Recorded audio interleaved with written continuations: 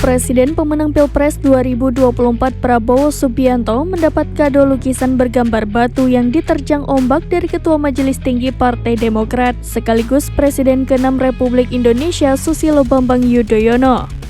Lukisan itu diserahkan langsung oleh SBY kepada Prabowo dalam acara buka puasa bersama dan silaturahmi Partai Demokrat yang berlangsung di Hotel ST Regis, Jakarta pada Rabu 27 Maret 2024. Merasa terhormat mendapat lukisan tersebut, Prabowo mengatakan akan memajangnya di Istana Presiden.